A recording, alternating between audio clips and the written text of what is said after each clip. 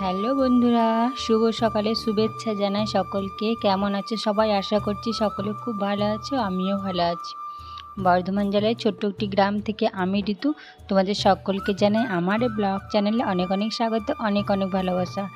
আজকে এখন বাজে সকাল 10:30 আর মেঘের অবস্থাটা দেখো, কুয়াশায় ভরা শীতের সকাল। আর উঠোনটা দেখো আর রান্নাঘরটা দেখো, মনে হচ্ছে অন্ধকার। আর দেখো কুয়াশা নেমে এসেছে, যে শীতেতে চাদর আর টুপি কিছুই খুলতে পারছি না। তাই তোমাদের সঙ্গে আজকে একটু শেয়ার করলাম ভিডিওটা। আর এই দেখো পুকুরের জলটা দেখো, আর ওই দেখো হাঁসগুলো আসছে, দেখেছো? আমি ডাকলাম হাঁসগুলোকে যে আয়, আমি বাড়ি চলে এসেছি। আর প্রচুর হাওয়া দিচ্ছে, তাই সোয়েটার চাদর টুপি কিছুই খুলিনি। আর এই দেখো বাসনগুলো সকাল থেকে মাজা হয়নি। আমি দোকান থেকে বাড়ি এসে তারপরে রান্নাটা বসিয়ে দিয়েছি, আর এদিকে বাসন মাজবো। তো চলো রান্নাটা করে নিই। আজকের ভিডিওটা সম্পূর্ণ দেখো, ভালো লাগলে লাইক করে পাশে থেকে চ্যানেলটা সাবস্ক্রাইব করো। আর এই ভিডিওটা হচ্ছে 4-5 দিন আগেকার ভিডিও, তোমাদের সঙ্গে শেয়ার করছি। আমার যে ছোট স্ট্যান্ডটা ছিল ভিডিও বানানোর, সেটা আমার ভেঙে গেছে, তার জন্য ভিডিও বানানো খুব অসুবিধা হচ্ছে। আর এখন আমি দেখো ফোনটা ঠেসিয়ে রেখে দিয়েছি এক জায়গায়, দিয়ে ভিডিও বানাচ্ছি। আর এই দেখো ভাতে চাল নিয়ে নিয়েছি, আর এখন চালটা ধুয়ে নেবো। ঠান্ডার সময় সকালে উঠে যে ভিডিও বানাবো তোমাদের সঙ্গে শেয়ার করব, কিন্তু কিছু ভালো লাগছে না। ঠান্ডার সময় ভিডিও বানাতেও মন করছে না যে ভিডিও বানাবো। আর সকালে ঘুম থেকে উঠতে দেরি হয়ে যাচ্ছে, রোজ 7টা 7:30টার সময় উঠছি কাজ করতে নিতে, তারপরে বেজে যাচ্ছে 9টার সময় দোকান আসছি, দুটো একটা কাজ করছি, আবার চলে যাচ্ছি বাড়িতে গিয়ে রান্না করা। আবার এত হাওয়া দিচ্ছে আমাদের কলতলার দিকে, কি বলবো, এত হাওয়া। আর যে শর্ট ভিডিও করব, শর্ট ভিডিও করারও টাইম পাচ্ছি না। সারাদিন প্রচুর ব্যস্তর মধ্যে থাকি, কারণ দোকান বাড়ি, তারপরে হচ্ছে চলে এসেছে পৌষ পার্বণ। আর দেরি নেই, বেশি দিন দেরি নেই। তার জন্য চাল ছিল, চালগুলো সব হচ্ছে ধান ভেনেছিলাম যখন, তোমাদের সঙ্গে তো শেয়ার করেছিলাম যে আমি যখন ধান সিদ্ধ করেছিলাম তখনকার যেই ওই চালগুলো ছিল, প্রচুর ধান ছিল চালের ভিতরে, সেইগুলো সব বেচেছি। তারপরে যে চাল গুঁড়ো করতে দিয়েছি, মানে চালের আটা করতে দিয়েছি, পৌষ পার্বণে লাগবে তার জন্য। এদিকে ব্যস্ত ছিলাম, তার জন্য তোমাদের সঙ্গে ভিডিও করতে পারিনি।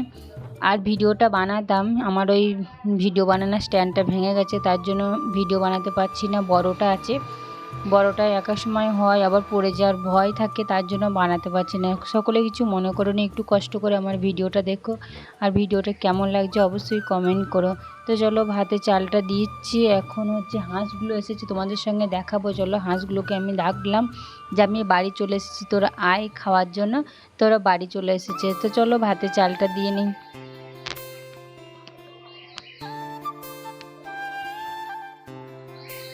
আর রান্নাঘরে জানালাটা, জানো তো বন্ধুরা, রান্নাঘরে যে জানালাটা আছে ওইটা তো আমি খুলতেই পারি না, এত হাওয়া দেয় যে গ্যাসটা নিভে যাবে, তার জন্য খোলা হয় না, ওটা বন্ধই থাকে। শীতকাল ভোর বন্ধ করে রেখে দিই, একার সময় খুলে দিই হাওয়া বাতাসটা যাওয়ার জন্য, তারপরে আবার বন্ধ করে দিই। কারণ ওখানে মনে হচ্ছে যে দার্জিলিংয়ের হাওয়া যেরকম ঠান্ডা হয়ে যায় না, সেরকম দার্জিলিংয়ের হাওয়া।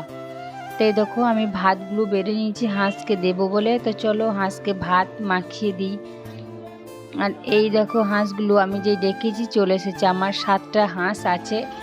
আর হাঁসগুলো শীতে জলে নামছে না, ওদেরও ভয় লাগছে যে ঠান্ডা লাগবে জলে নামতে, হয়তো তার জন্য ওরাও জলে নামছে না, সবসময় বাড়ি চলে আসে খাওয়ার জন্য। আর সামনে পুকুর বলে সবসময় বাড়িতে আসে, 1 ঘন্টা পর পর বাড়ি চলে আসবে খাওয়ার জন্য। ওদেরও খিদে পেয়ে যায় বলেছে, কেন হাঁসের পেট, তার জন্য তাড়াতাড়ি চলে আসছে। আর এই দেখো আমাদের হচ্ছে বাথরুমের ছাদে পুঁইশাক গাছ ছিল, একটা লাগানো ছিল, একটাতেই অনেকগুলো পুঁইশাকের, এইগুলো কি বলে জানি না, আমাদের এখানে বলে পোঁয়ের মিচুরি বলে, তোমাদের কি বলে কমেন্টে জানিও। আর এদিকে সোয়াবিনটা ভিজিয়ে রেখে দিয়েছি, আজকে সোয়াবিন রান্না করব, আর হচ্ছে পোঁয়ের মিটুরি রান্না করব, আর বেগুন ভাজা। তো চলো রান্না করি, তোমাদের সঙ্গে শেয়ার করছি।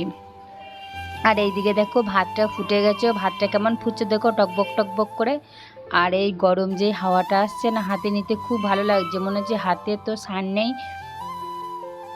হাতটা প্রচুর ঠান্ডা হয়ে গেছে, তার জন্য একটুখানি আমি হাতটা সেঁকে নিলাম, যে গরম হাওয়াটা দিচ্ছিল, বাষ্পর মতো যেটা উঠছিল।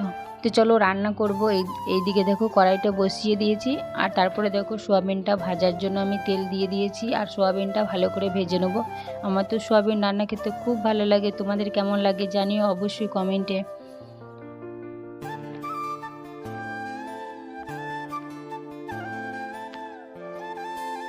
তারপরে দেখো সোয়াবিনটা ভাজা হয়ে গেছে, এখানে আলুটা ভেজে নিচ্ছি। আলুটা ভালো করে ভেজে নেবো, এতে হলুদ নুন দিয়ে দিয়েছি, আলুটা ভালো করে ভেজে নেবো। আর এইদিকে দেখো সোয়াবিনটা ভেজে তুলে নিয়েছি। তো চলো আজকে সোয়াবিন রান্না করছি। দেখো আমার ভিডিওটা অবশ্যই ভালো লাগবে, ভালো লাগলে লাইক করে পাশে থেকো। আর এইদিকে দেখো পনির মিটুরিটা সিদ্ধ করতে দিয়েছি, বেগুন দিয়েছি, মূলো, আলু, সিম সব কিছু দিয়েছি। তা কার কার এই পনির মিটুরি খেতে ভালো লাগে কমেন্টে জানিও। আমার তো খুব ভালো লাগে, তোমাদের কেমন লাগে জানিও। আর এদিকে ভাতটা হয়ে গেছে, এখনও ফ্যান গড়াতে দিইনি, ভাতটা বসিয়ে রেখে দিয়েছি, একটু পরে ফ্যানটা গড়িয়ে নেবো।